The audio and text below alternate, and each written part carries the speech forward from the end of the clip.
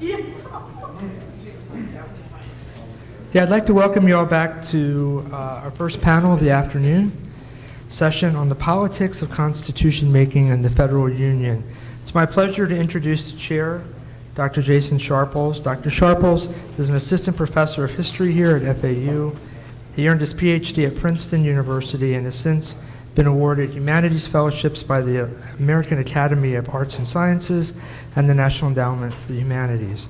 He's published in Early American Slavery in the American Historical Review, and his forthcoming book, The World That Fear Made, Conspiracy and Power in Early America, will appear this year from Penn Press. Dr. Sharples.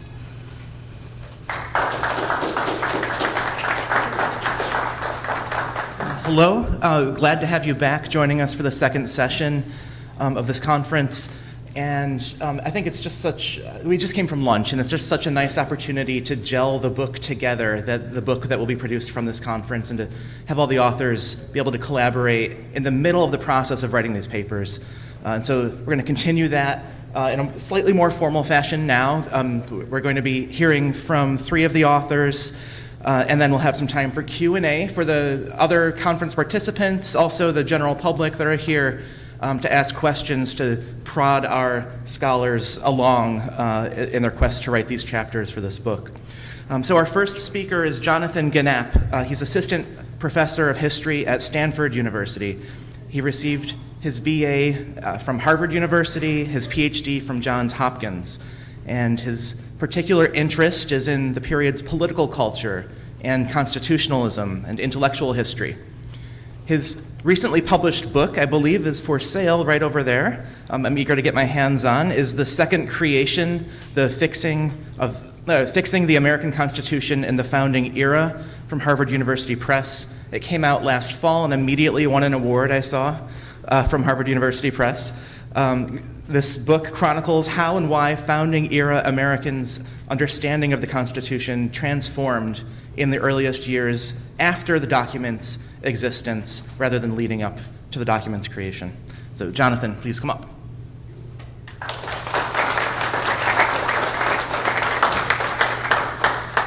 All right. Thank you, Jason, for that generous introduction, and I'll echo what others said earlier about thanking Steve and Ben and Zella and really everybody here who have been such wonderful hosts at this wonderful conference. Okay, so when describing the Constitution, Supreme Court justices, legal scholars, and a whole host of other people often emphasize certain essential characteristics, things that they think are hardwired into the Constitution's DNA. And among these things, chief among them is the almost doctrinaire incantation of constitutional law, that the Constitution establishes a government of so-called limited and enumerated powers, by which is meant that the Constitution is not a general grant of power to the national government that it sets up, but instead is a limited grant of very specific powers, each of which is expressed through precise textual enumeration. So federal power comes in enumerated list form. The national government can only do the things that it can point to on that list. And all kinds of Supreme Court opinions, but I'll just pull out two from recent years, lay this out as really the first principle of American constitutional law. As Chief Justice William Rehnquist wrote in United States v. Lopez in 1995, we start with first principles. Can't be much clearer than that. The Constitution creates a federal government of enumerated powers. And then more recently, in the syllabus preceding Chief Justice John Roberts' opinion in the famous Sebelius case, otherwise known as the Affordable Care Act case, he says the federal government is a government of limited and enumerated powers. So this phrase, limited and enumerated powers, can be found everywhere. So that's proposition one. Related to this proposition is a second one, that legislative power is considerably more limited than is executive power. And often those who make this argument point to the distinct vesting clauses of Article 1 and Article 2 and point out that Article 1 merely says all legislative powers herein granted shall be vested in a Congress of the United States, but much more capaciously, it seems, Article 2 says that the executive power shall be vested in a President of the United States of America. A lot of people point to this and say Article 1 doesn't say the legislative power shall be vested in a Congress. So what this points to is that while both the President and Congress are limited by the enumerations in the Constitution, Congress is much, much more limited than is the President. And this often leads to what is referred to usually as the unitary executive theory, the idea that the President, in its strongest form, this theory claims that in several areas that are inherent to the exercise of executive power, particularly foreign affairs, the President cannot be meaningfully constrained by either Congress or the judiciary, nor can those agencies in the executive branch under the President act independently of him. But the reason I draw attention to it is because often the distinctions that are drawn from these vesting clauses are used not to point to how executive power is vast, but actually to try to reinforce the idea that congressional legislative authority is quite circumscribed, that it is especially limited and enumerated. Lots and lots of legal scholars buy into this dogma, and they do so in part because there's seemingly lots of founding era evidence that supports it. A lot of the leading framers who seem to be most responsible for the creation of the original Constitution seem to lend support to it. None more so than James Madison, who in 1791, in the floor of the House of Representatives, in which they were debating the constitutionality of the national bank that Alexander Hamilton had proposed, said that, quote, the essential characteristic of the United States Constitution was that it set up a government of limited and enumerated powers, and there was no enumerated power that allowed the federal government to charter a national bank. Therefore, the bank was unconstitutional. Alexander Hamilton, who very much believed that the bank was constitutional, disagreed with this, but in his famous opinion commissioned by George Washington on the constitutionality of the bank, more or less agreed with Madison's premise. He said, yes, the government's powers are limited and enumerated. It's just that among the implicit means to carry out the expressed ends that Congress enjoyed was the right to charter a national bank. Later, in 1819, when John Marshall, when the national bank became an urgent constitutional issue again, weighed in on the issue, he began from the premise that while the bank was constitutional, he nonetheless said, yes, quote, this government is acknowledged by all to be one of enumerated powers. So whether people were trying to argue against nationalist policies or for them, lots of leading framers, Madison, Hamilton, and Marshall especially, lent credence to the idea that it was a government of limited and enumerated powers. And in part because of this founding era evidence, one group of constitutional scholars, especially those who call themselves constitutional originalists, there is now, depending on how you count, anywhere between 3 to 5 originalists on the United States Supreme Court. Originalists believe that the Constitution ought to be interpreted today in accordance with the meaning it originally had at its inception. They often point to this founding era evidence as to lament what they refer to as the disappearance of the so-called lost Constitution. The founders' Constitution, this one of limited and enumerated powers, they say is now lost and buried beneath generations of reckless Supreme Court decisions that allowed Congress and the administrative state to transgress the constitutional bounds that had been set on them. But they argue this lost Constitution lies waiting, and constitutional originalism putatively represents an effort to excavate and resurrect it. However, if we actually return to the founding and to the Constitutional Convention in particular, I think we find a much different story, one in which key framers refused to imagine the Constitution they were making to be a system of strictly limited and enumerated powers. And this different way of seeing the original Constitution, I think, comes most clearly into view when we focus not on the traditional characters I just had up, the likes of Madison, Hamilton, and Marshall, but we instead focus on the 2 delegates at the Constitutional Convention who did more than anybody there to ultimately determine what ended up in the Constitution. They are not household names, but I would argue they were most responsible for what ended up in the Constitution of 1787. Both delegates from Pennsylvania, James Wilson and Governor Morris. Some people say governor, but I've been told that the Morris family says it's governor, so we'll go with that. It is not a stretch to say that Wilson and Morris effectively co-wrote the Constitution. The draft of the Constitution was put together halfway through the convention in the so-called Committee of Style, when the convention adjourned, and for 10 days the Committee of Style wrote a draft, and James Wilson was primarily responsible for producing that draft. And then at the very end, when they had to bring everything together, the Committee of Style, as it was referred to, from September 8th to September 11th, 1787, wrote the final draft, and Governor Morris was most responsible by far for actually writing that draft. Unlike James Madison, who left the Constitutional Convention bitterly disappointed at the end result, deeply depressed in some ways, Wilson and Morris were quite giddy, and I think they were quite giddy in no small measure because of what they felt they had been able to insert, in some ways surreptitiously, into the Constitution for future interpretive use. So who were Wilson and Morris? So at the time of the convention, they were two of the United States' leading nationalists, people who complained about the lack of power that the national government had under the Articles of Confederation, who were eager to expand the power that the government would have. Both of them were seasoned lawyers. They had actually collaborated together as legal counsel in the 1780s, and they were also both dazzlingly talented. Morris was by far the more memorable personality of the two. He had towering height by 18th century standards. He was 6'4". James Madison was only 5'4" by comparison.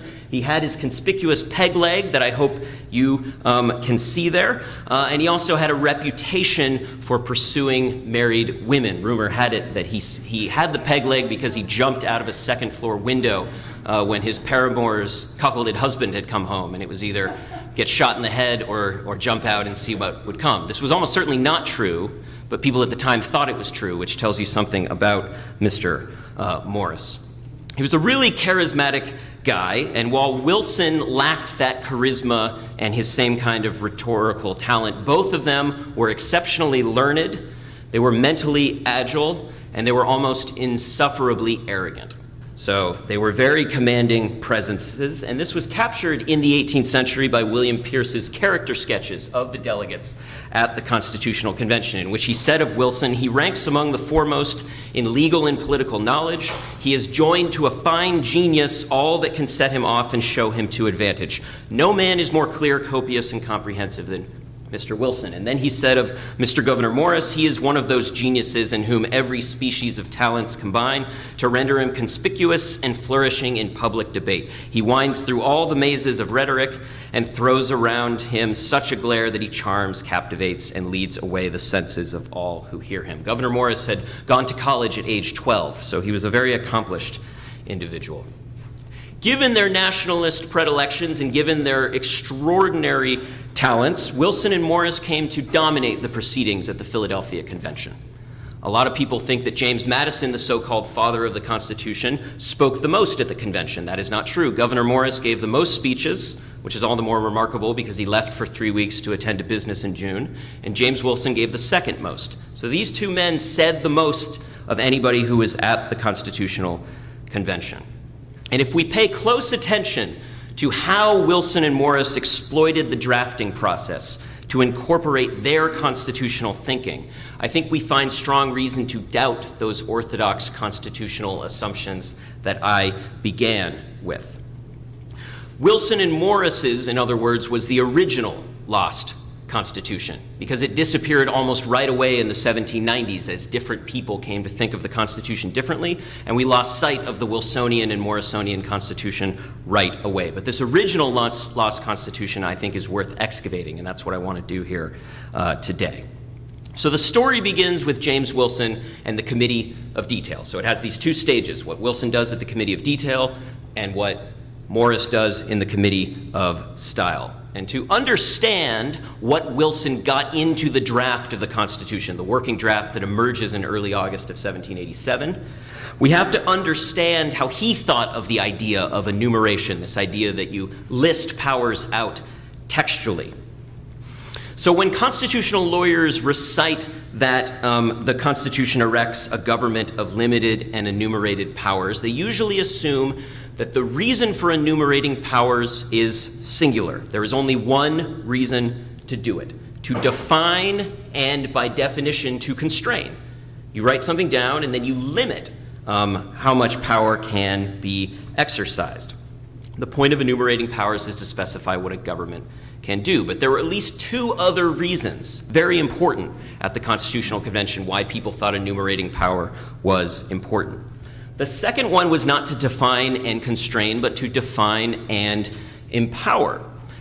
Nationalists like Wilson and Morris complained that under the Articles of Confederation, the national government did not have enough power, but they spent just as much time saying the real problem is the states won't let the national government do the things it's rightfully allowed to do. So one of the reasons to enumerate is to make it crystal clear that the national government, in fact, has certain powers that it otherwise rightfully had.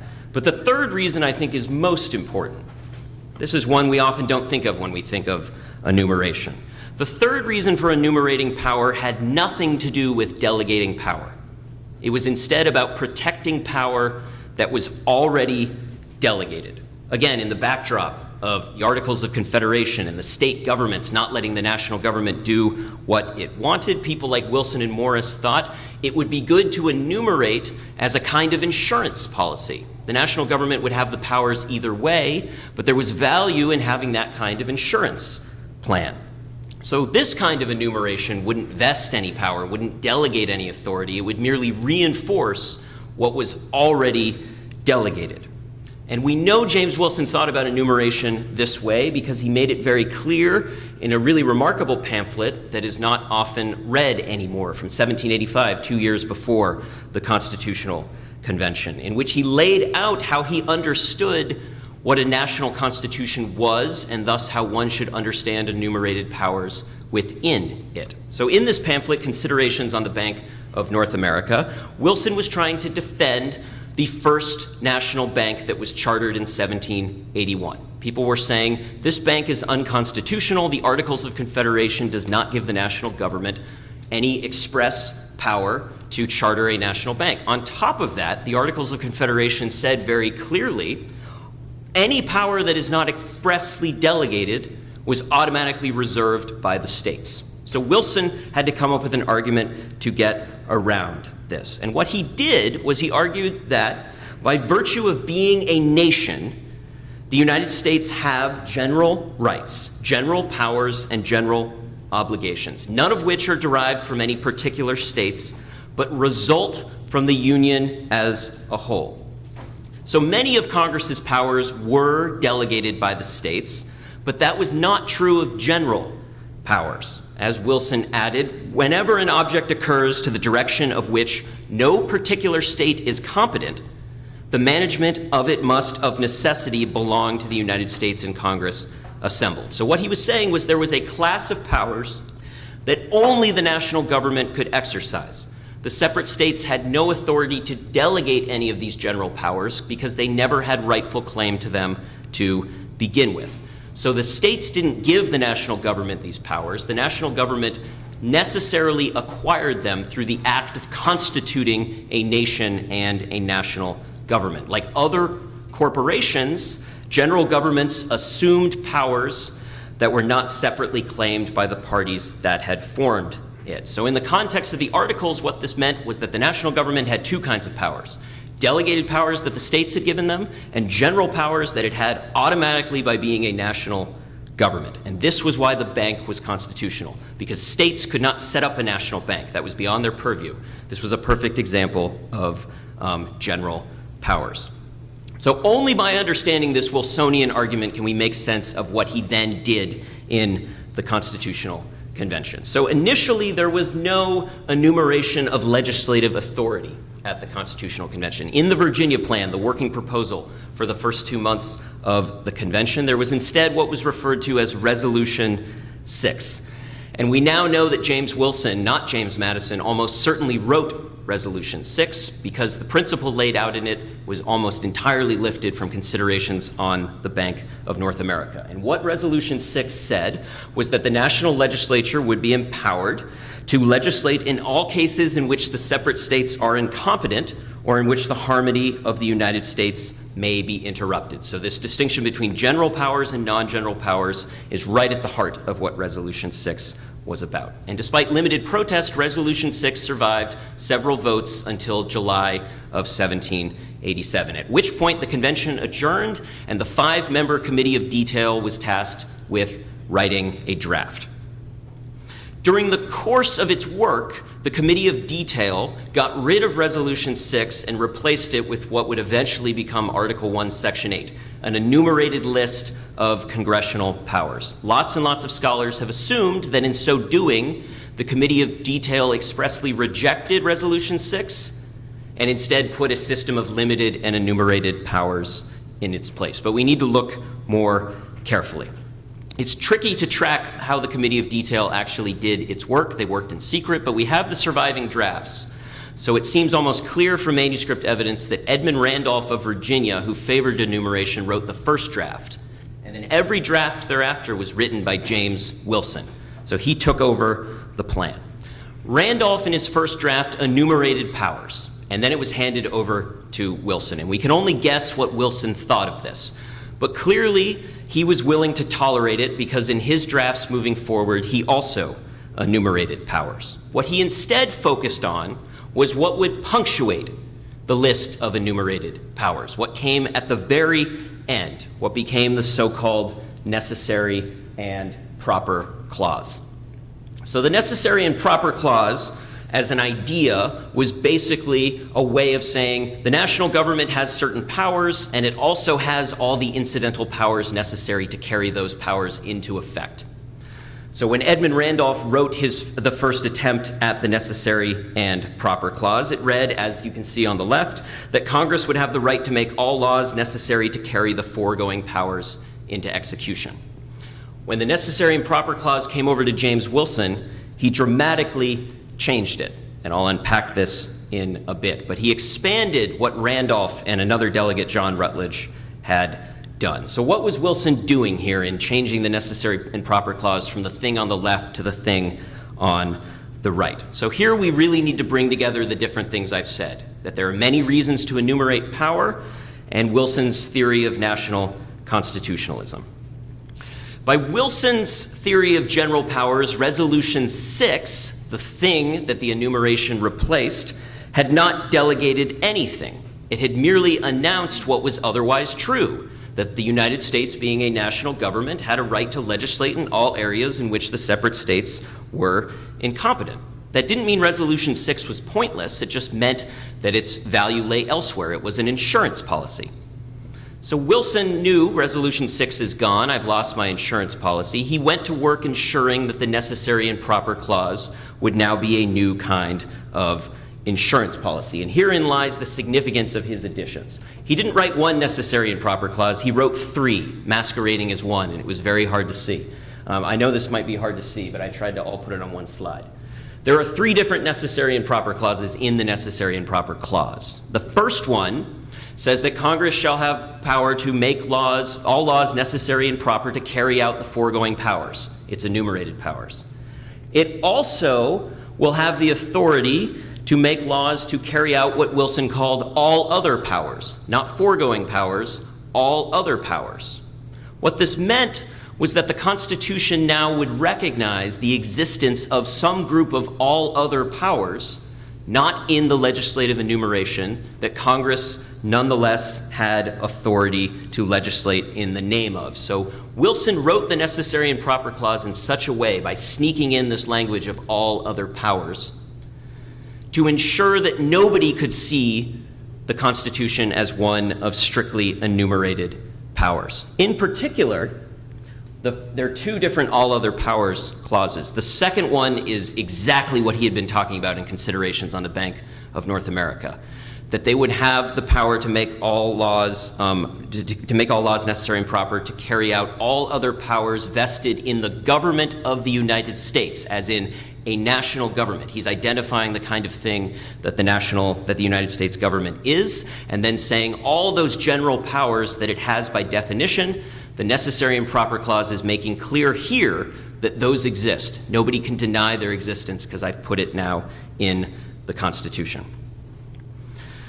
So in crucial ways, Governor Morris, I think, picks up on James Wilson's work and completes it in the Committee of Style.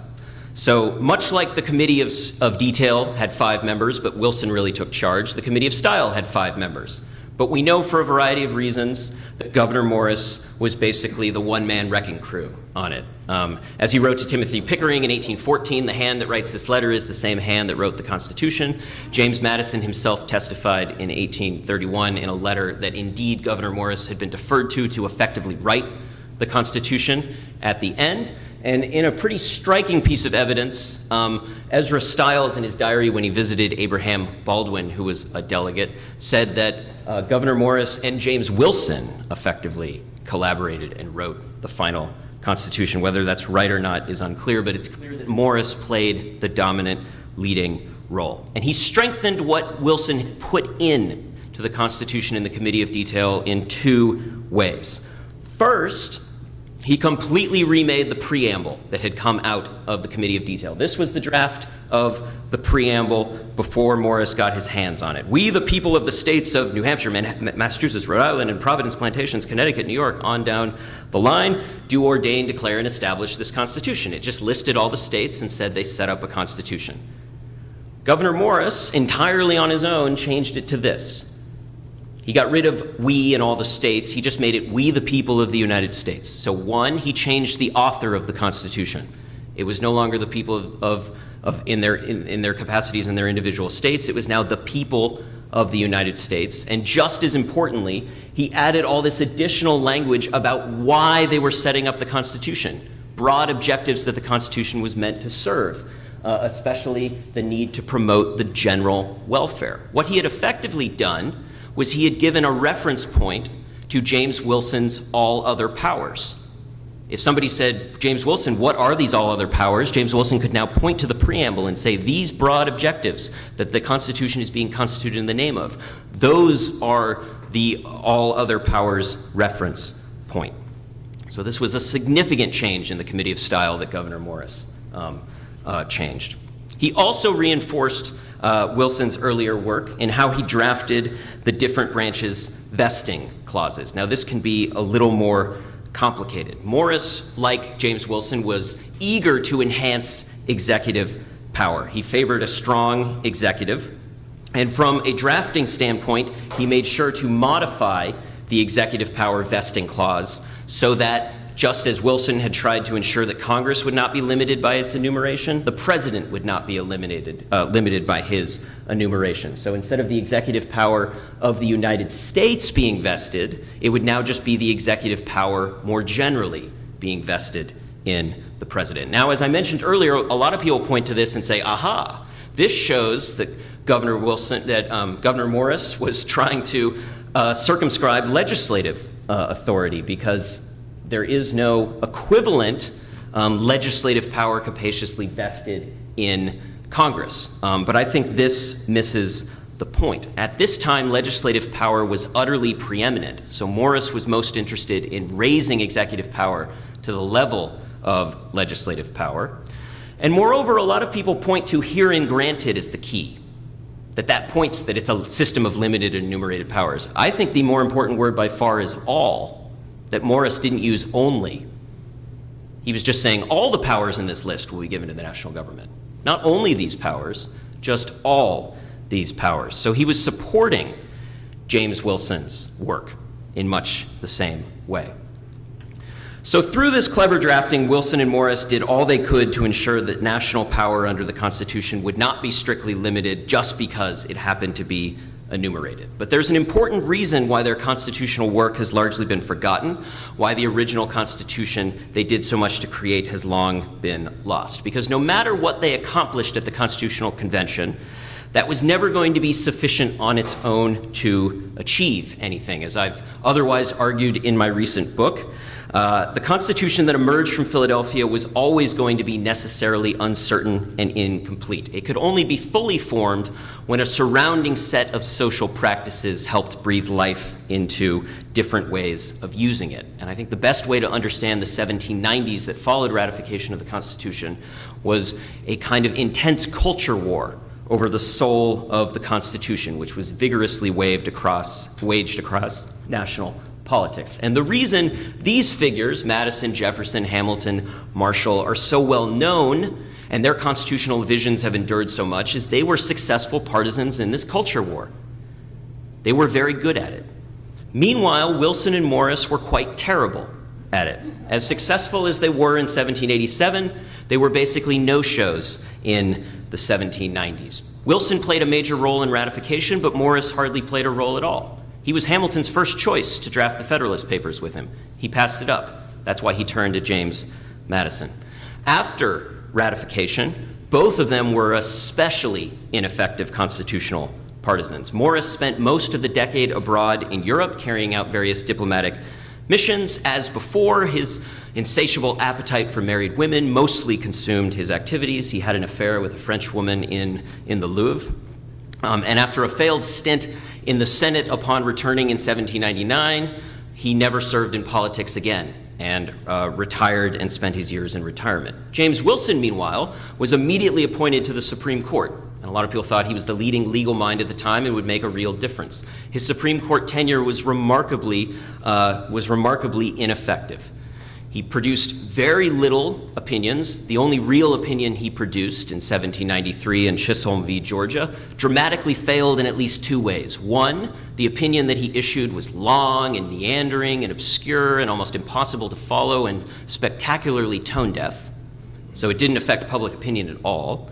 And two, it was immediately nullified by the 11th Amendment. The ruling the Supreme Court made was immediately overturned. That was basically the extent of James Wilson's contribution to the Supreme Court. He spent most of the 1790s getting caught up in risky land speculation schemes, falling further and further and further into debt, and then desperately trying to chase his losses by pursuing even riskier financial schemes. These financial improprieties almost got him impeached and then landed him in debtor's prison for a stint in 1797. Desperate to escape his creditors, he escaped south, agreeing to ride the Southern Circuit, and lived out his days basically under house arrest in an inn in North Carolina while the Supreme Court was ruling on decisions. He was hiding in an inn, and he died in 1798 in his fellow Supreme Court Justice James Iredell's home of any number of potential maladies, but Iredell said he died of a broken heart and exhaustion. So Wilson and Morris were terribly ineffective in the 1790s. And there are important reasons to understand, because of that, why their vision of the Constitution has been lost. But be that as it may, I want to end by suggesting, nonetheless, a lot of what they achieved in Philadelphia was put into the Constitution. It has been there ever since the Constitution was written. It's waiting there for the kind of careful readers that Wilson and Morris always hoped for and did so little to cultivate. So the original lost Constitution of James Wilson and Gouverneur Morris lies waiting. The only question that remains is what any of us are going to choose to do with it. Thank you.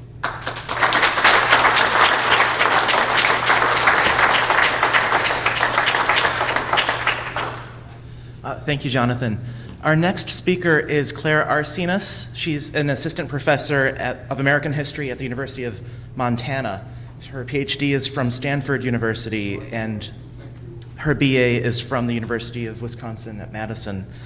She's at work on a book about the influence of the English philosopher John Locke in American intellectual life from before the American Revolution to the present day. It's an ambitious book.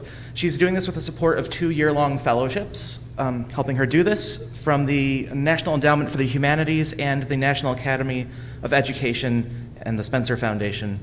This spring, she'll be a visiting fellow at Oxford University at the Rothmere American Institute. She's going to be speaking to us on the Federalist Papers in Theory and Practice. Claire Arsenis.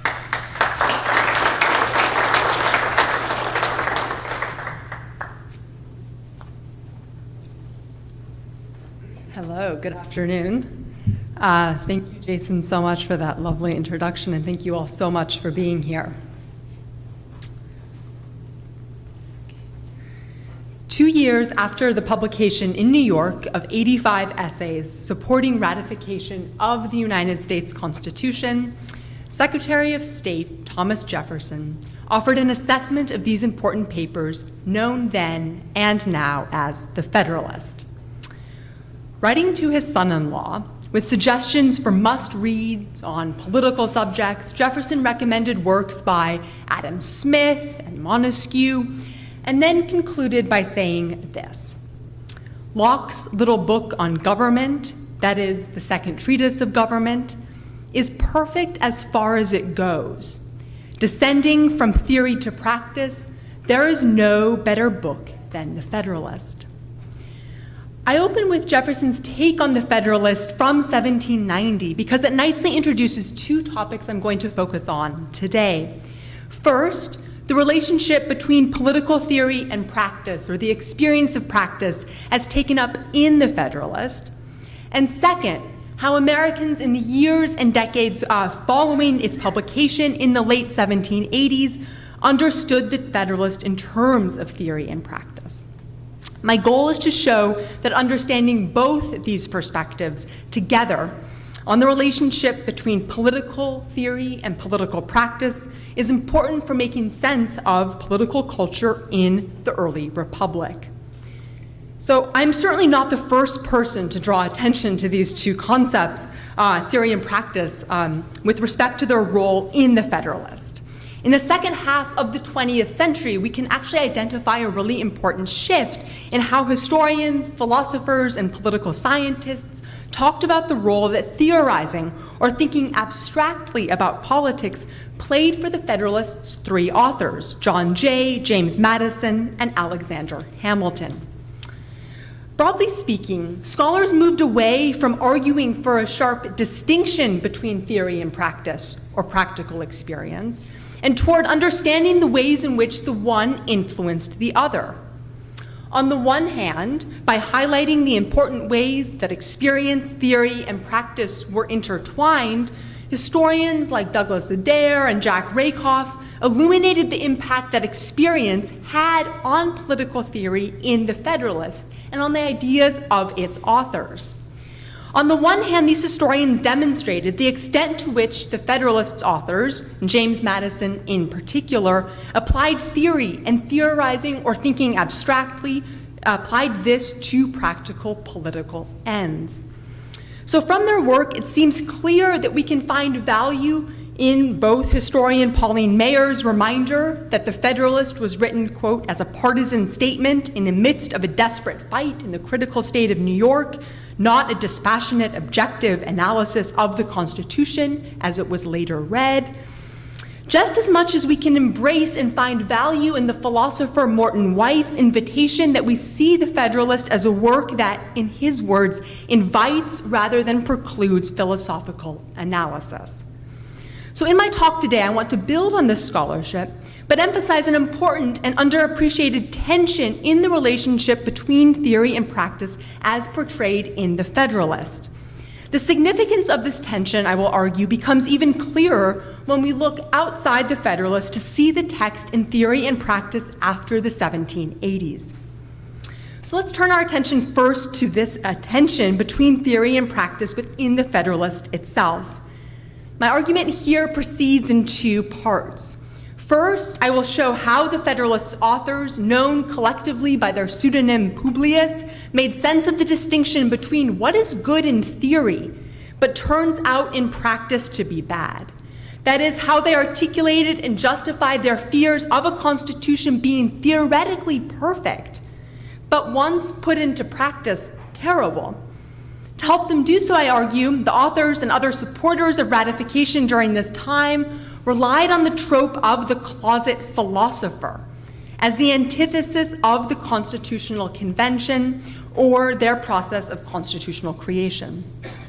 Second, I'm going to narrow my focus to those 11 papers, Federalist Papers number 67 to 77, that deal primarily with defending and promoting Article 2 of the Constitution, which deals with the executive branch or President of the United States. They provide, I argue, the best case study for how Publius proceeded when faced with defending a component of the proposed government born more from ideas and theories, in this case about how the power of the president should work, than from real experience, in this case about which they had very little. In these 11 papers, Hamilton, drawing on work that Madison had done in earlier Federalists, numbers 47 to 51, confronts this theoretical and practical quandary head on. He does so by framing the position of the executive as one where the chief magistrate could learn from future experience the practice of actually being the executive, and one where the people could continue to benefit from this growing practical wisdom, thereby preventing the creation of a theoretic politician or closet philosopher out of touch with realities of the real world. In other words, Hamilton showed how to use the future practice of the president to ameliorate the lack of practical experience regarding the office at the time. So before I go any further, I should take a minute to introduce the 18th century concept of a closet philosopher, sometimes called a theoretic politician. And it's because the authors of the Federalist knew so well that words matter, it will help to begin with a few definitions. So in the 18th century, closet often had much more to do with privacy and seclusion rather than with clothes, shoes, or Marie Kondo in our present day. So as you can see here from Samuel Johnson's 1755 Dictionary of the English Language, a closet was a private space of reflection, like a study, so denoted for its 18th century users a separation from the public, from real-world knowledge, from practice or experience. Importantly, closet could also refer to, as the Oxford English Dictionary defines it, the private apartment of a monarch or other person of high status, as in a king's royal closet, again insinuating separation from the mundane. Similarly, theoretic denoted a separation from practice. As a noun, as you can see here, theoric meant a speculatist, one who knows only speculation, not practice. And as an adjective, theoretical meant speculative, depending on theory or speculation, terminating in theory or speculation, not practical, sort of a tongue twister. So with respect to the idea of a philosopher in his closet, the particular language of the trope that would have been most familiar to the Federalist authors seems likely to have come from the Scottish philosopher David Hume. In his famous essay of the study of history, first published in the 1740s, Hume popularized the trope of the philosopher in his closet, considering matters only in an abstract way. Quote, "When a philosopher contemplates characters and manners in his closet," Hume explained, "the general abstract view of the objects leaves the mind so cold and so unmoved that the sentiments of nature have no room to play, and he scarce feels the difference between vice and virtue." In later work, Hume again invoked a distinction between what he called a fine imaginary republic, of which man may form a plan in his closet, and those republics of the real world. So such distinctions were very much in the air when several months before the 55 delegates from 12 states convened in Philadelphia for the Constitutional Convention, the Pennsylvania Packet published some remarks on manners, government, law, and the domestic debt of America addressed to the citizens of the United States. Perhaps it is impossible, the author of the piece observed, to frame a constitution of government in the closet which will suit the people, for it is frequent to find one, the most perfect in theory, the most objectionable in practice. Seen from the other side of the convention after a long, hot summer of at times seemingly endless debate and discussion, the three authors of the Federalist could not agree more. The Constitution did not seek theoretic perfection. Rather, it took place outside the closet or the imagination of some single ingenious theorist, and in so doing, it had created something that its framers hoped would be good in practice in the years ahead.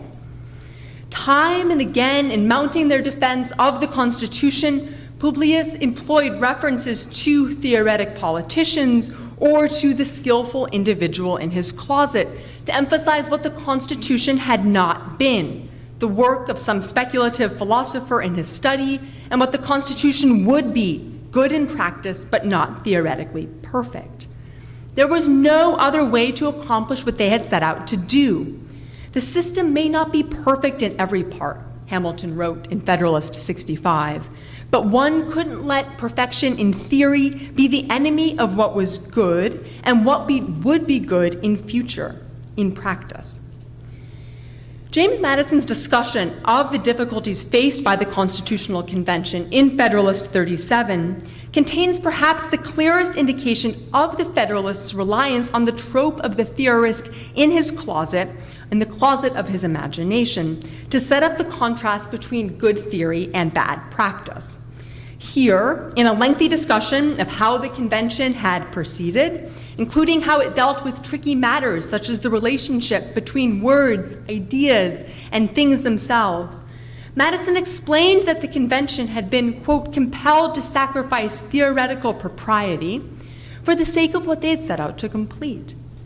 Would it be wonderful, Madison pressed ahead, and I'm quoting, if under the pressure of all these difficulties, the convention should have been forced into some deviations from that artificial structure and regular symmetry which an abstract view of the subject might lead an ingenious theorist to bestow on a constitution planned in his closet or in his imagination?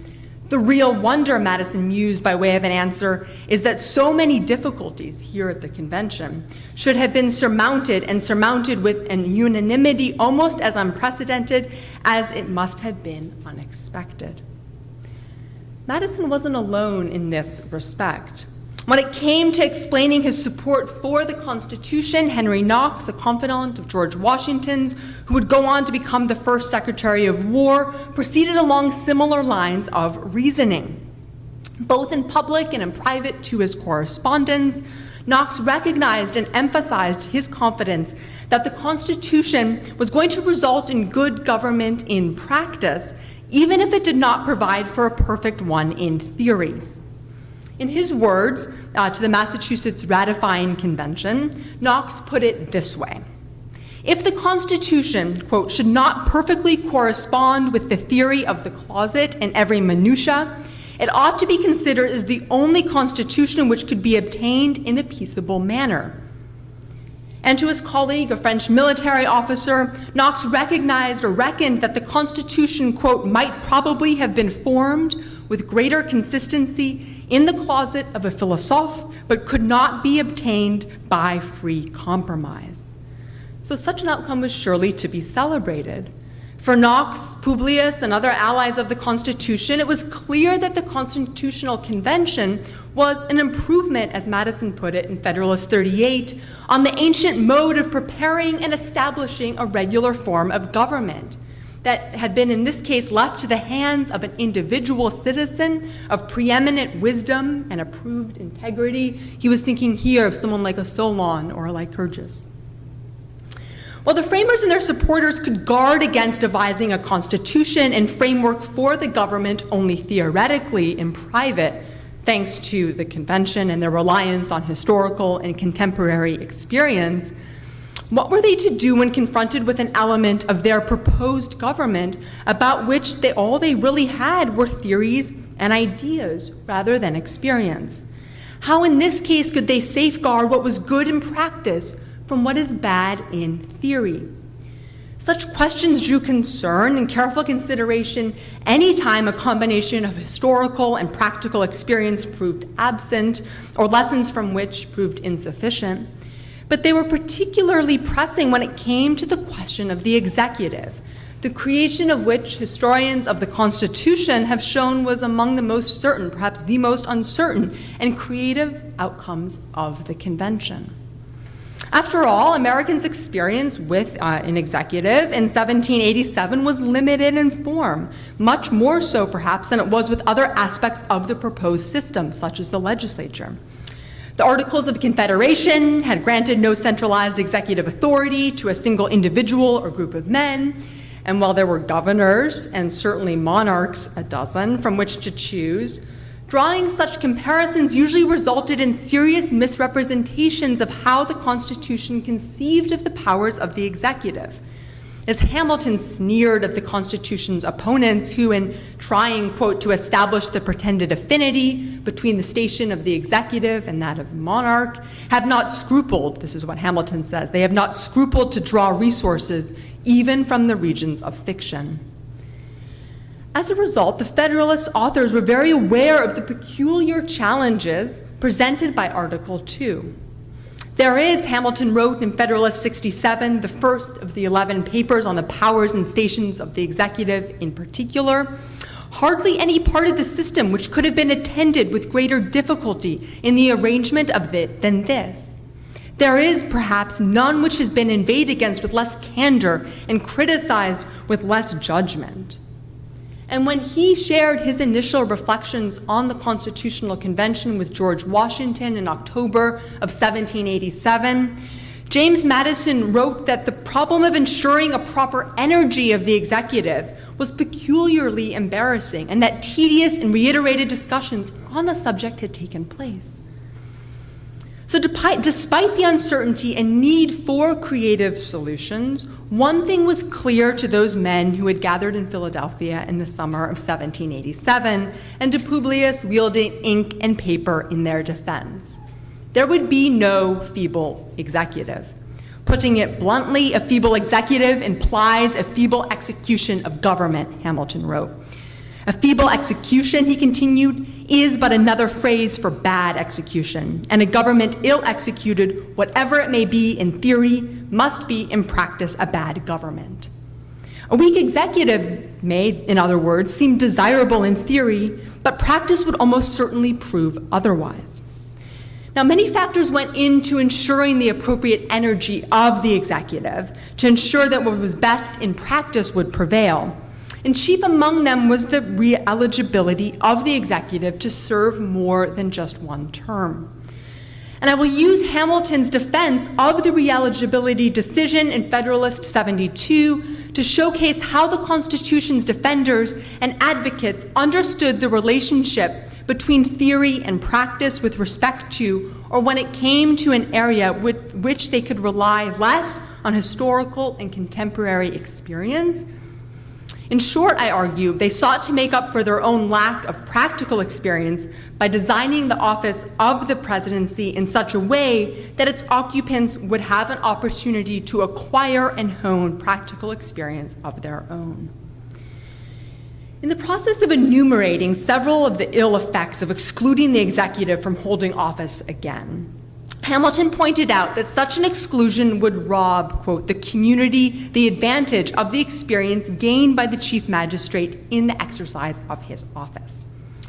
Hamilton's arguments in Federalist 72 were echoed in the state's own debates over ratification, when, for example, in the course of discussions in the North Carolina ratifying convention, delegate William R. Davie explained that if opponents of re-eligibility prevailed, if, in his words, an enlightened, upright man had discharged the duties of the office ably and faithfully, it would be depriving the people of the benefit of his ability and experience. But to return to Federalist 72, Hamilton's explanation in support of re-eligibility of the executive is worth quoting at length. And it's on the screen so you can follow along. That experience is the parent of wisdom is an adage, the truth of which is recognized by the wisest as well as the simplest of mankind. What more desirable or more essential than this quality in the governors of nations? Where more desirable or more essential than in the first magistrate of a nation? Can it be wise to put this desirable and essential quality under the ban of the Constitution and to declare that the moment it is acquired, its possessor shall be compelled to abandon the station in which it was acquired and to which it is adapted? Nowhere, it seems, was the desirability of future experience more pronounced or more important than with the executive. The election of the executive was not the end point. The president was supposed to gain experience from practice, from learning on the job. As seen through Hamilton's eyes, the framers' answers to the problems born of uncertainty regarding the executive was to create a position whereby the executive could learn from future practice and the American people would be able to continue to benefit from this growing practical wisdom. In other words, to ensure that the executive would not become a theoretic politician or a closet philosopher who looked inward only to speculations, but rather whose gaze would be turned outward to the public at large. So perhaps this afternoon we will hear a little bit more about how or if these ideals of the non-closeted president gaining and learning from the experience of office while the public reaped its benefits played out in practice. But for now, I want to conclude by examining a few of the ways that Americans in the early republic and into the 19th century made sense of the Federalist in theory and in practice. More specifically, how they latched on to the key distinction between the ingenious theorist in his closet who exemplified the privileging of perfect political theories and the framers of their own constitution who had ensured the formation of a government not perfect, but perfectly practical. To do so, we need to understand that the ingenious theorist in his closet devising a constitution that was great in theory but terrible in practice was itself not an abstract concept for Madison, Hamilton, and their contemporaries. Well, as we saw a few minutes ago, the Scottish philosopher David Hume may have given Americans the language of the philosopher theorizing privately unaware of the public or real world good. It was actually another philosopher, an Englishman, John Locke, who actually showed Americans what this meant through the example of his own failed constitutional project for the colony, the English colony of Carolina in the 1660s. As Americans at the time understood it, this was a constitutional plan provided by Locke to the Lords Proprietors of Carolina.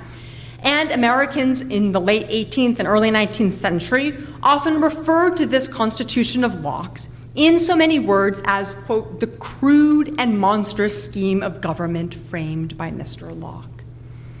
So just to step back, right, the contrast that we saw in Jefferson's first quote between Locke in theory and the Federalist in practice begins to take on new layers of meaning and complexity.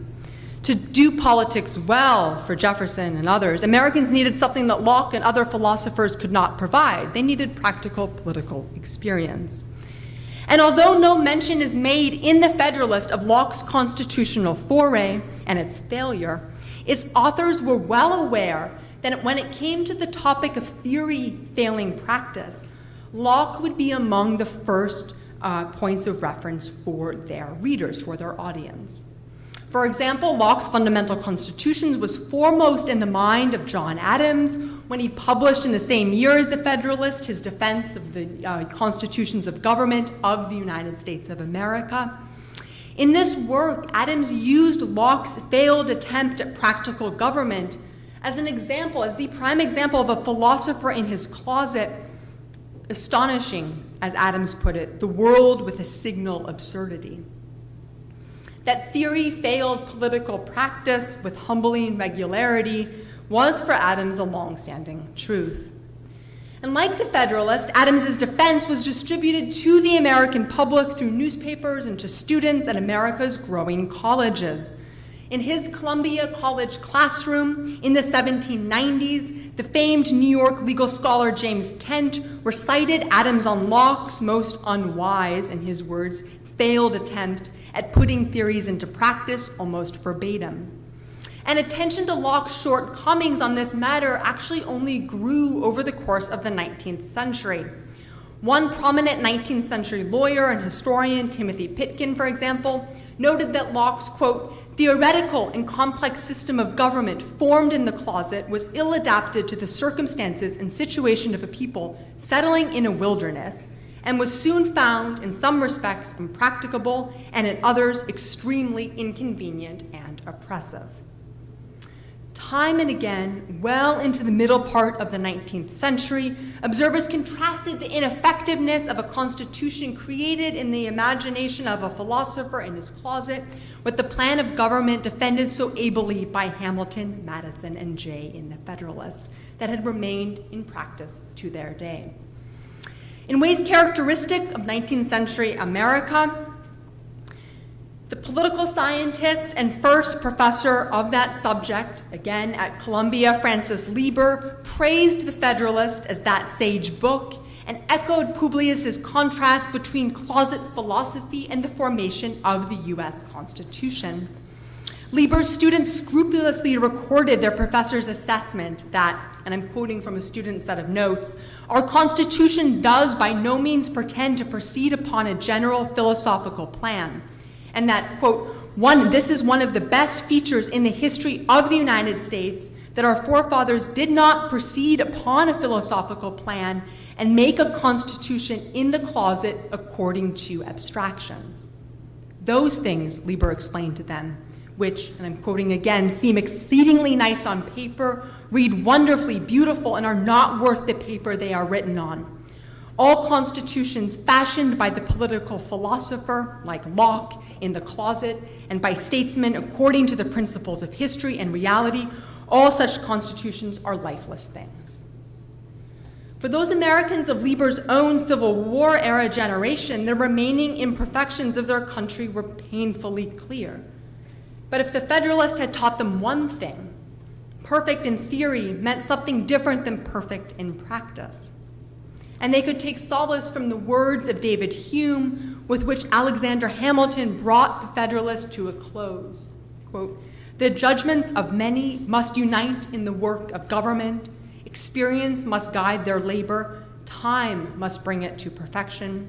And the feeling of inconveniences must correct the mistakes which they inevitably fall into in their first trials and experiments." And so the project of forming a more perfect union continued as the 19th century pressed on. Thank you.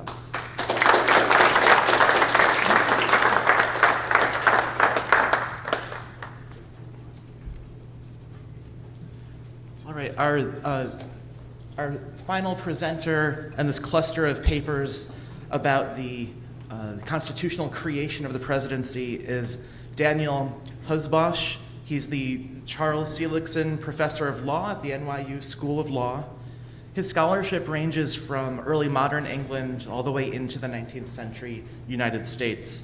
And his most recent publication has argued that a major goal of constitutional reform was to establish American credit, both national and personal credit, and that the framers did this in an international dialogue, and that it worked, that capital investment flooded in from Europe as a result. And he's continuing along this theme of the international construction of the US presidency with this paper, George Washington and the Law of Nations, How the First President Surveyed the Boundaries of His Office.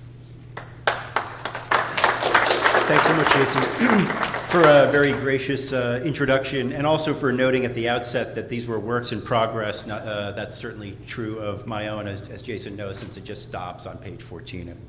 I also want to thank our organizers, Ben and Steve. This has really been a lovely conference, and those of you from the outside can see that it's a nice setup, but you haven't been to the meal, so you don't realize how lucky and spoiled we've been. And to Zella, if she hadn't been on email really early yesterday morning, I wouldn't be here, not just because of the snowstorm back east, but messing up some of my own arrangements. So thank you all. This is not the paper topic that is listed in the program. It's about George Washington's encounter with the Law of Nations, and I think it follows on nicely from both Jonathan's paper, who focused on the idea of the nation, which I'll argue has some legal connotations, and Claire's, who talked about how this generation thought that the executive and the president in particular would have to engage in learning on the job. And that's, I'll start with Washington himself. This is how I think Washington wanted to be seen. A man of action, certainly, with the sword, but not on horseback, next to a stack of books, matching military glory with civilian learning and pride and ability. So there are a lot of stories about Washington's self-control, his pride, his disciplined character, and his practiced dignity, and some of them might be true. Parson Weems gave us perhaps the most famous or fabulous tale, cutting down the cherry tree and then admitting it, and he could not tell a lie. But that doesn't mean that Washington never committed what his relative peer, very different character, Benjamin Franklin, would have called errata, or ethical sins, as it were. One erratum was for a long time an open secret at the venerable New York Society Library. On October 5th, 1789, when New York City was still the capital city, Washington visited the private lending library, which at the time was housed in Federal Hall, where the federal government met, where he had been inaugurated just 6 months earlier, and he borrowed 2 books. And they were due 4 weeks later, but there's no record that the volumes were ever returned. They were never checked out again, and modern librarians at the Society Library could never find them. Was Washington a book thief? Admitting the possibility, the Mount Vernon Library recently rifled through its stacks to try to find these volumes, couldn't, and went on the rare book market to purchase one of them and gave it back in a ceremony of reconciliation. 2 centuries of overdue fines were waived. The tale has a deeper point. It's not that Washington was obviously an intellectual and a closet thief, or vice versa. Instead, what matters is what the president sought to read 6 months into his first term. While transforming the spare constitutional text of Article 2 into an office of power, where did he turn for help? And the book, the first book, and the one that was replaced, here's the ledger, by the way, at the Society of Library. This is for October 5th. It's hard to read, but I tried to zoom in on the president, and you can see the 2 volumes. And over in the far right-hand column, there are dates that they were returned, nothing next to his. And again, he took out 2 volumes. One was The Law of Nations, and the other a debate of parliamentary debates. So the first one was Emmerich Vattel's Law of Nations, first published in French in 1758, translated into English, and immediately a bestseller and the go-to handbook on what was then international law in the 18th century, consistently invoked in authority, not just in the courts, but in the cabinet, where some cabinet decisions turned on Vattel's learning, and also, and this is forgotten, in Congress, where congressional representatives would debate what Vattel taught the nation how to act. And the second volume was this, and you know, what's in this volume? International at the time it was both about the law between states, what we might think of in international law, treaties, the customary law of nations, but also transnational laws, we would call it, or best practices for any nation. And you can see this. What is a nation or state? It's a moral person. Here's an early definition of the object of this society of nations. What is the object? Mutual assistance in order to attain perfection themselves and to render their condition as perfect as possible, each nation helping the other. That was what our first president thought was what he should learn while on the job. And you can see there are all sorts of injunctions to the best leader, not just about international law, about commerce and how he's supposed to make sure there are enough workmen in the country.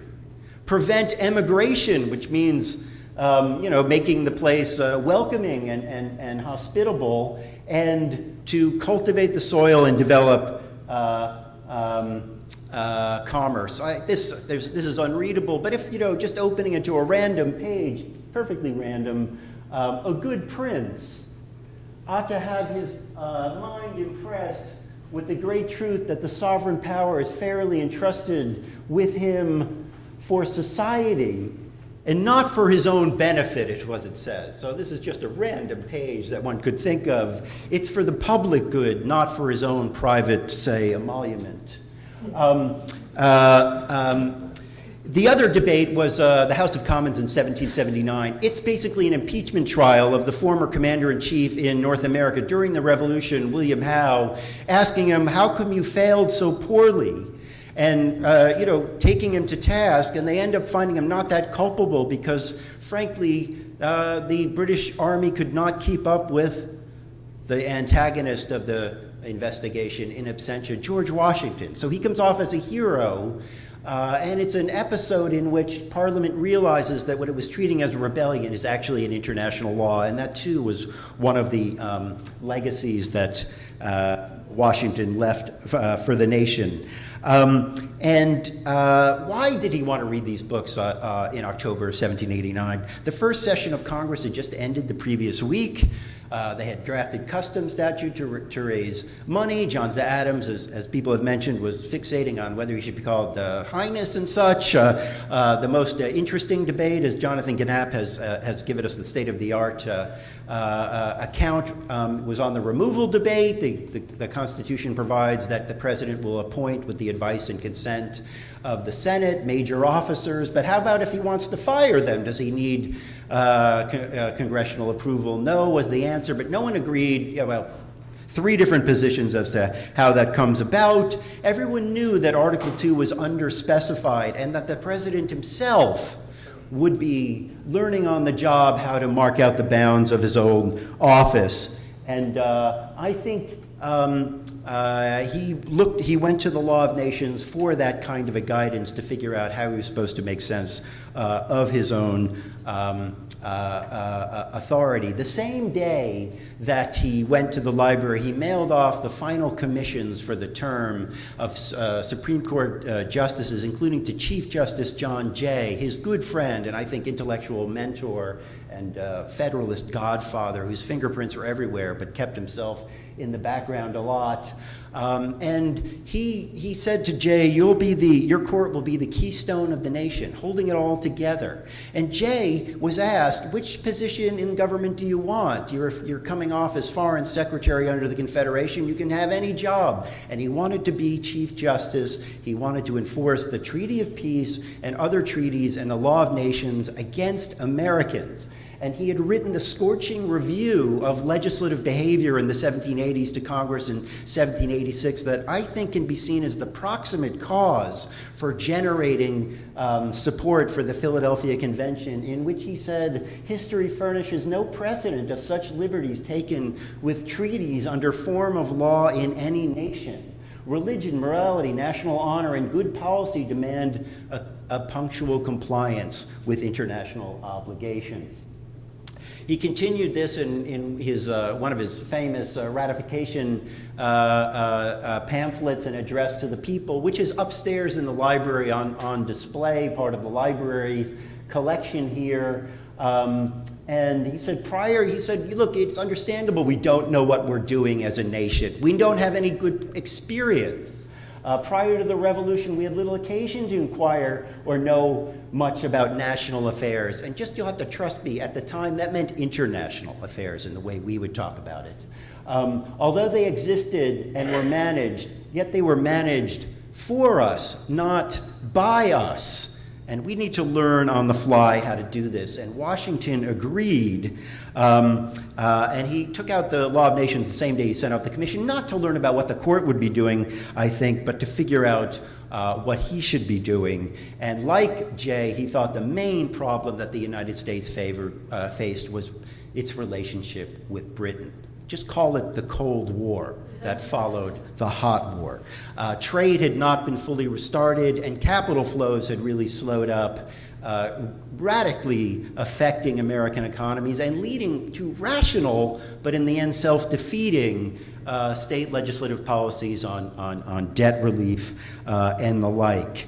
And he warned about this, Washington did, in what I'll call his first farewell address to the states as he resigned his commission as commander-in-chief in 1783. This is the moment to establish or ruin our national character forever. This is the favorable moment to give such a tone to our federal government. And if we fail, he said, not just for ourselves, but for every generation in the future, it's yet to be determined, he concluded, whether the revolution must ultimately be considered a blessing or a curse. A blessing or a curse, not just for us, but for unborn millions. And the skepticism about the way government policy was being run in the 1780s was widespread, gave rise to the now almost hackneyed critical period diagnosis that I argue elsewhere was developed in dialogue with foreigners and foreign commentators who were in dialogue with the proto-federalists how to behave like a nation. And 2 days after sending off the commission to Jay and going to the library, Washington met again with Jay and asked him, I've got an idea, and the idea is to send an emissary to London to figure out whether, now that we have a constitution and a government, they're willing to negotiate with us. We can settle the outstanding problems of the peace treaty. We're not paying our debts. They still have troops on our sovereign territory. And maybe we can negotiate a commercial treaty. Jay said this is a terrific idea. He recommended someone. The next day, later in the day, he asked Hamilton. Hamilton suggested Governor Morris. He also checked with James Madison. Madison thought this was good. Both Jay and Madison had reservations about Governor Morris. As Jay put it, his manners are disgusting. And when Morris lost his leg in what was, I think, a carriage accident, Jay commented, it would have been better for everyone had he lost a different limb. So he didn't trust him as a diplomat, and Jay turned out to be correct. But here he is, and you can see his limb on display at the New York Historical Library. It survives.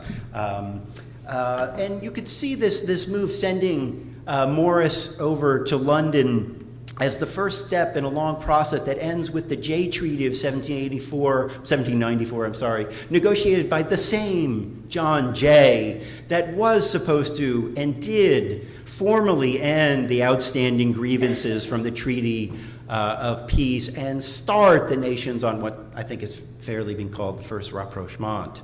That they avoid war and start to develop closer relations. And Jeffersonian Republicans saw this treaty as a sellout for a variety of reasons I will not get into. No, even George Washington didn't love the treaty, but he thought it would, like Jay, that it was the best treaty that could be had and avoided war. And the treaty did remove British troops from U.S. soil and catalyzed other treaties with the Northwest Native American nations and with Spain that would permit the government to dominate the land and people of the West for better and worse, for the first and for all time, in a sense. 6 months in, Washington was making his office possibly the central institution by which the federal government would fulfill what he saw as the purpose of the Constitution, to reintegrate the revolutionary United States in the so-called civilized world. And I think that's how we should start to see his self-instruction in the law of nations. And there's another aspect to his encounter with the law of nations, though. You could see it as his Gunter's chain. Washington was an old surveyor, and this is the 66-foot chain that they would drag around Virginia and then the Ohio Valley when he was a young man to measure the landscape. But as any good surveyor would know, you need the best equipment, but you also need good judgment. And when he was mapping out his discretion along with a good law book, what else did he rely on? And self-command was the key, personally and nationally. And famously, Washington had been a student of his own moral performances as a youth. In his commonplace book, he dutifully penned 110 rules of civility and decent behavior in company and conversation, remembered, sometimes mocked, for giving a lot of etiquette advice about drinking and eating and even spitting. The rules had meaning for their author. Civility wasn't instinctive. It was learned, and it required discipline. All public life was, in a sense, a performance for an attentive, judgmental, and potentially appreciative audience. Young George most likely found the rules in a popular 17th century etiquette manual, which in turn derived from maxims penned by French Jesuits the previous century to train missionaries who were going to North America. As if closing the circle, the president of North America's first recognized independent nation took these rules to heart and performed them for national citizens very much, he thought, in need of both his leadership and civilizing. And perhaps the last rule in Washington's list of 110 captures his sense of the political stakes as the new nation attempted to act and converse in the company of other nations. Labor to keep alive in your breast that little spark of celestial fire called conscience. And when it came to nations, he also, and national policy, he also turned to rule books and observation and back to Vattel's treatise. And I think that explains why he planned this crash course on the law of nations. And he didn't survey alone.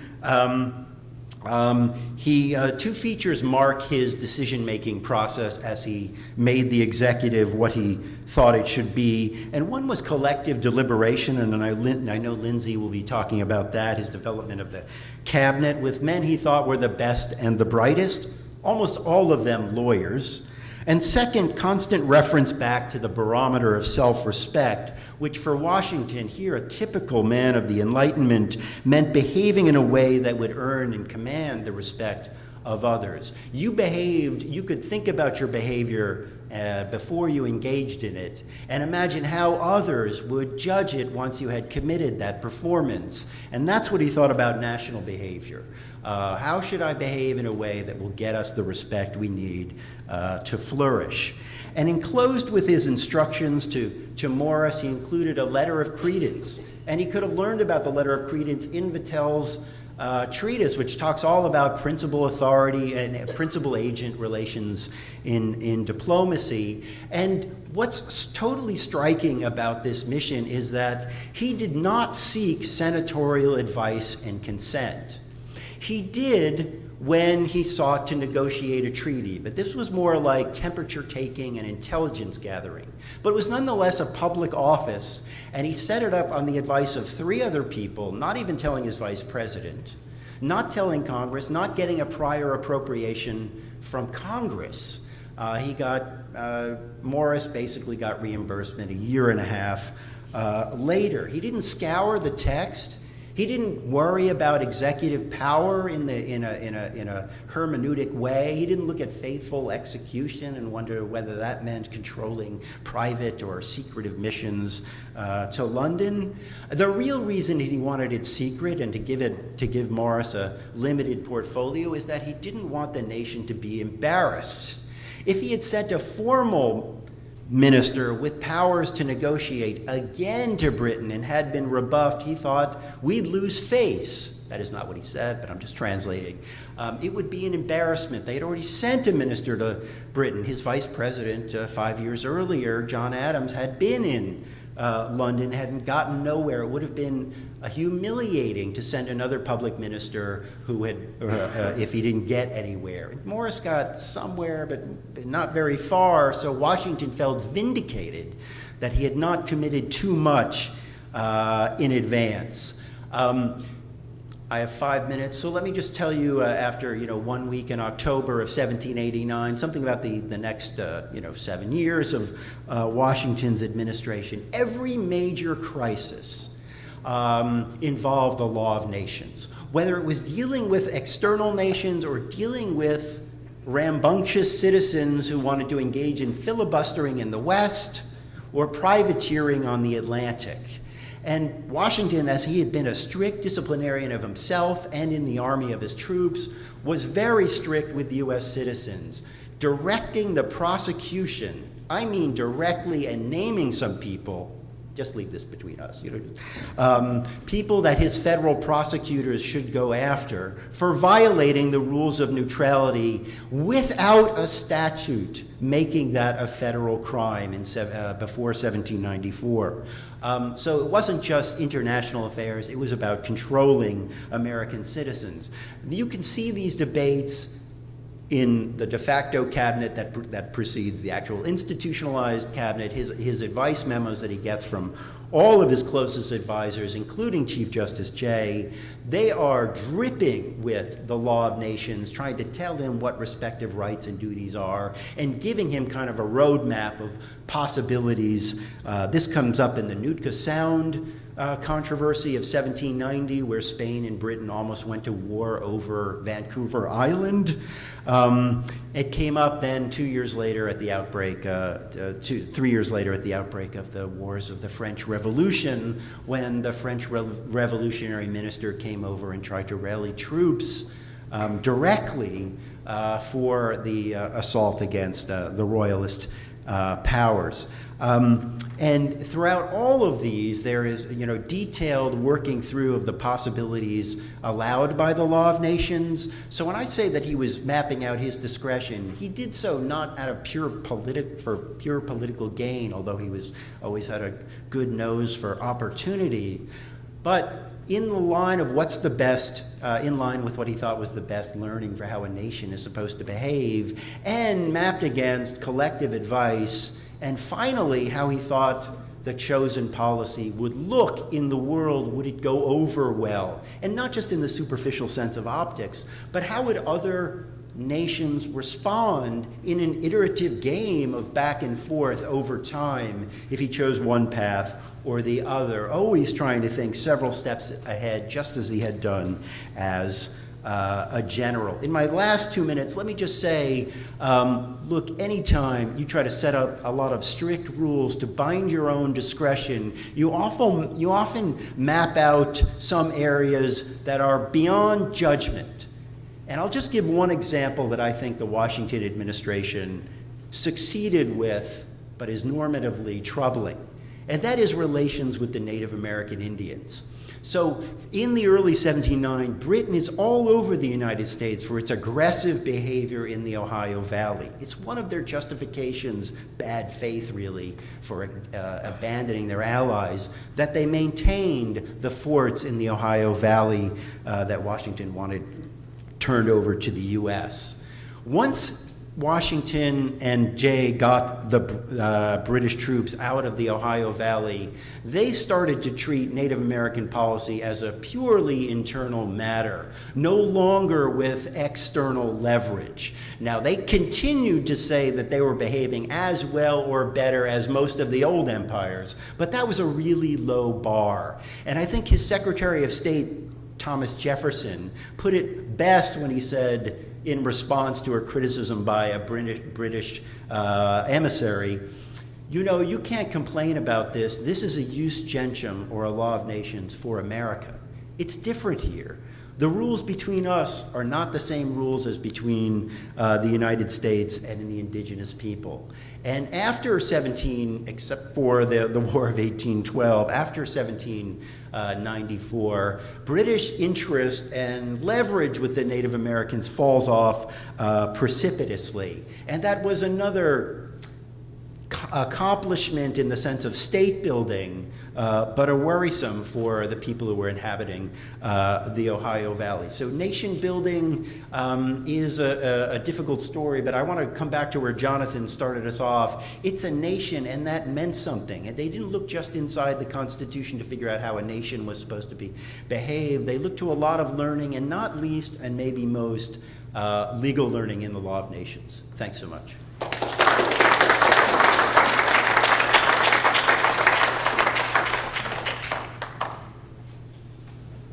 Thank you to our panelists who's given us so much to think about and talk about. So I'll invite you up to the microphones at the table. And we do have some time for questions to discuss. We have a roving microphone here, so please make yourself known and the microphone will come to you. We'll start in the second row here. I want to thank the entire panel because I thought each one was a wonderful, wonderful dissertation of what was going on during the age of forming a nationhood with what's going on today. And if many of us are so critical of the way the government is proceeding and the way the president is proceeding, if we go back to the founding of our father, we can see that they're not that much difference. And I think we have to appreciate what's going on as a growing factor, as was the one before. And I thank you for giving us that kind of a presentation. Thank you.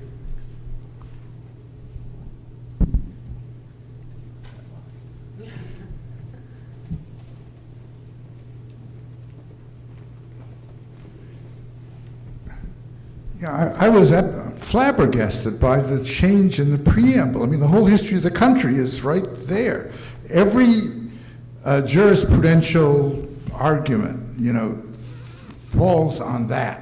The whole sense of what the country is about falls on a few words from the Declaration of Independence and that.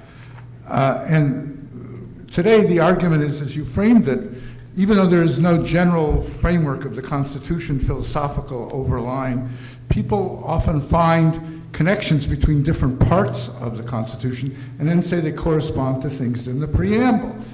Other people say, no, you have to know what the words are and what they meant for people 220 years ago, and if we could, do a Jurassic Park or something, we could resuscitate one, and they would tell us, what it meant. But this is the constant interpretive debate. The notion that preamble, the original preamble that you presented, could have been it. It changes the whole history of the country, and I wonder, did that debate go on early again? That the broader scheme of the thing, or the words that they wrote, like enumerate or something, to know narrow or broad. This is the thing that goes on endlessly in America. Yeah, thank you for the question. I think you hit the nail on the head. I'm glad you reacted to the change in the preamble that way, because I think people should. It was a last-minute change that, as far as we can tell, was entirely Governor Morris's idea. It wasn't sort of a working understanding. There might have been. I mean, the notes of the Constitutional Convention are sparse enough. But it seemed like something he created, and it very much changed how one could imagine what kind of constitution was being set up, to what extent the United States was a nation. And I think very importantly, the preamble, while it is important discursively in American culture, has basically no legal meaning anymore. And the Supreme Court's made it clear, a lot of lawyers believe, that there's no content in the preamble that's judiciable, as they say, that can sort of be the source of constitutional law. This was not true in the early years. In kind of the early years when this James Wilson, Governor Morris Constitution, I think, was pretty vibrant and alive, a lot of the early congressional debates, American leaders pointed to the preamble time and again as evidence of those all other powers, not the foregoing or enumerated powers, but whatever these all other powers were that the national government had by virtue of being a nation. Throughout the debate with Madison over the National Bank, most of the people who defended the bank, Fisher Ames, John Vining, John Lawrence, Elias Boudinot, again, not household names, they often pointed not to the enumerated powers, not to the necessary and proper clause. They said, look at the preamble. We have been empowered to take care of the general welfare, to look over the nation in the ways the states cannot competently do so. A national bank is a perfect area in which we can do that. For better or for worse, that discourse has disappeared from American constitutionalism, and I think it's worth returning to the period and seeing how a lot of people thought the preamble really meant something. It wasn't just kind of dicta, it wasn't flourish, it wasn't sort of nice rhetoric, it meant something legally, and I think it's worth reflecting on that.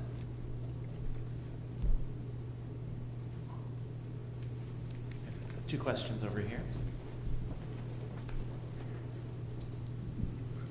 In the first lecture, when you said in the very beginning that the debate about whether legislative power is more proscribed than it is in executive power, as a non-scholar, you lost me there.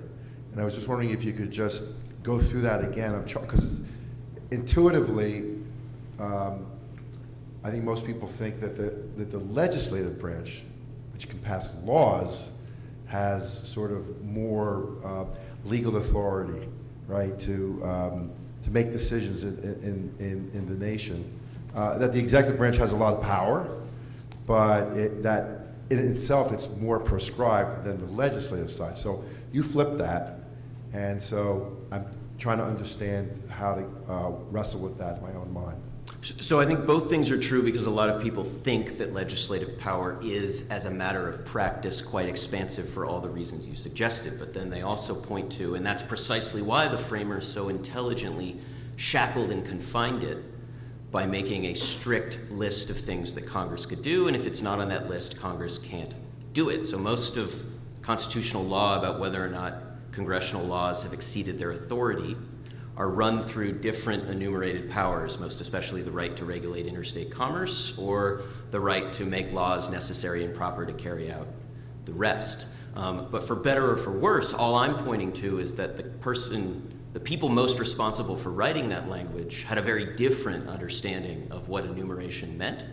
And James Wilson and Governor Morris certainly would have said, yes, legislative power needs to be a little more unbounded, precisely because it needs to be able to take care of the things that confront the nation. So the enumeration is a starting point, but there are these residual implied powers that are located elsewhere. But lots of people in constitutional law don't start that way, right? So does the federal government have a right to set up a national healthcare system that mandates that people buy health insurance? Was adjudicated under its right to regulate interstate commerce. It was not adjudicated under the question of whether those powers exist in the preamble or somewhere else. So both sides play the enumerated powers game. And what I'm trying to draw attention to is that game did not spring inexorably from the Constitution. That was something people were socialized to at a very early date. But James Wilson and Governor Morris represent a very different way of imagining how the constitutional game ought to be played. And it's up for us to try to figure out which one we think is best. In the two lines that you enumerated with respect to the vesting power, Yeah. so when I read the legislative line, right, it doesn't strike me as being prescribed. And that's the part I'm trying to understand. It doesn't look that much different than what it says on the executive line. Interesting. Well, Dan can speak to this. A great number of lawyers vehemently disagree with you, which doesn't mean they're right. But that's all they say. Look, herein granted. What does you herein grant rules to your children? It's not just kind of a vague it's these things. You can only do these things. Whereas executive power, the president's given executive power. But I like your instincts. I think we need to look at these things with fresh eyes. I'd like to think that the Constitution was written for me and not the lawyers. Yeah. You want to speak to this?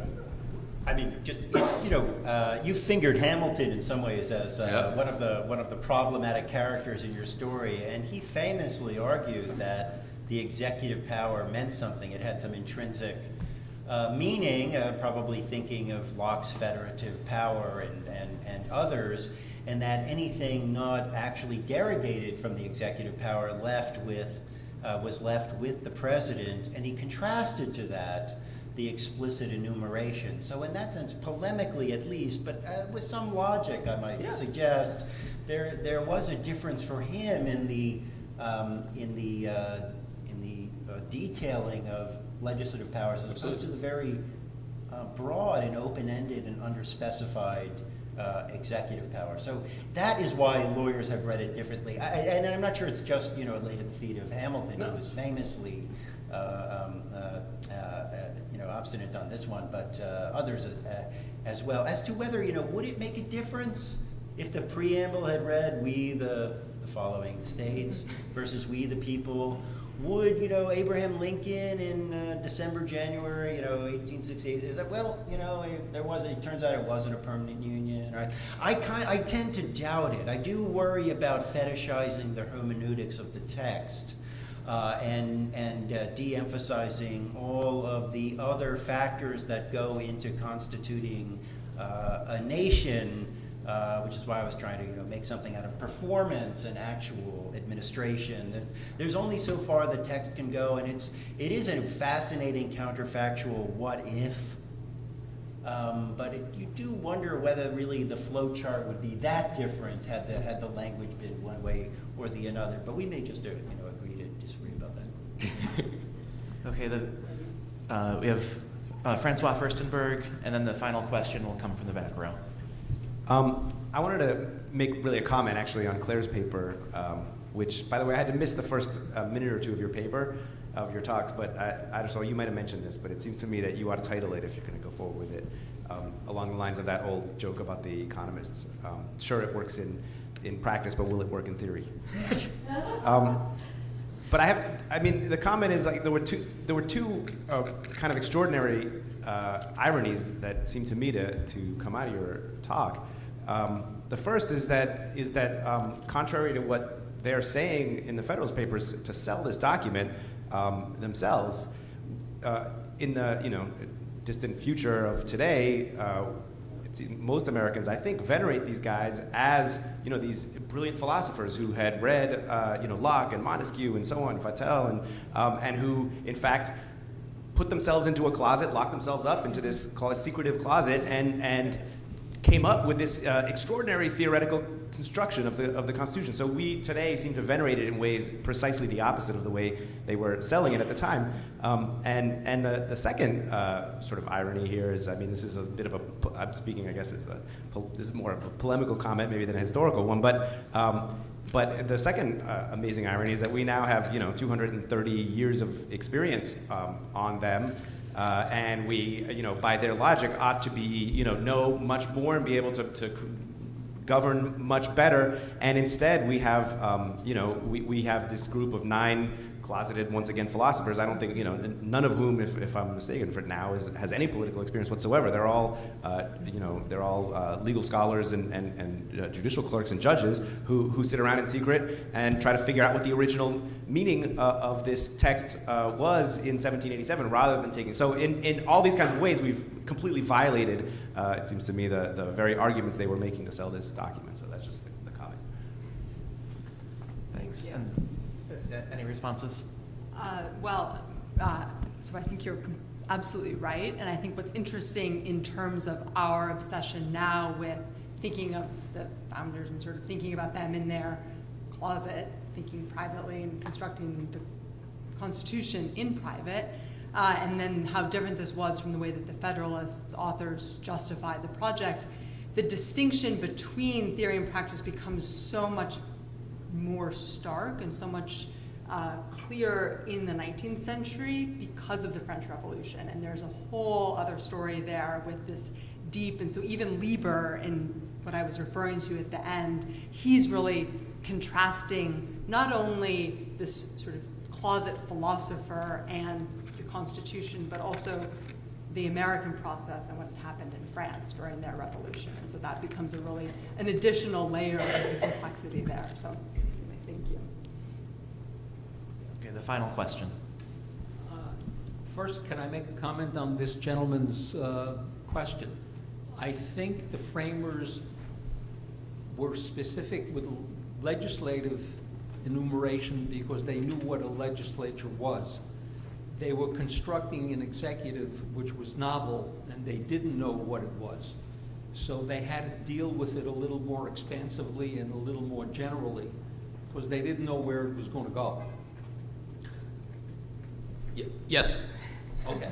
My question is, and I don't know whether this was an issue or not, I consider gerrymandering a very significant problem now, if not the root of all of our problems now. Did the founding fathers deal with that issue at all? Did they contemplate it? The resident historical expert on the subject is sitting right over there. She could. You should go up to her during the break. But I will quickly try to answer it unless others want to. I think certainly in spirit they did. Whether they expressly, one of the arguments for why gerrymandering must be constitutional is that the founders themselves engaged in it, or so the claim usually goes. It's named after Elbridge Gerry. We know gerrymandering turns it right.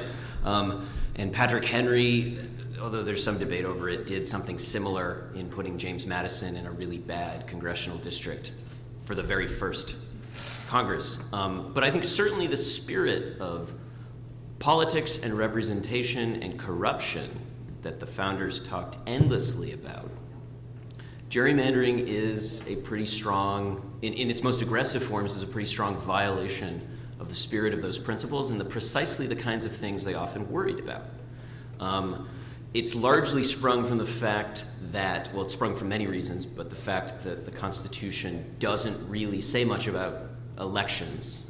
It leaves a lot of that to state discretion, but it partly did so because they knew how controversial it would be for the people's local representatives not to have control over something that was so essential to political liberty. Nothing was more important to be a free person than to have a representative government, people who legitimately represented you in that government. So they obsessed over that, but in the interim, by giving vast discretion to the states, it's allowed different interest groups or different majorities in power to do things with it that I think violates those general principles.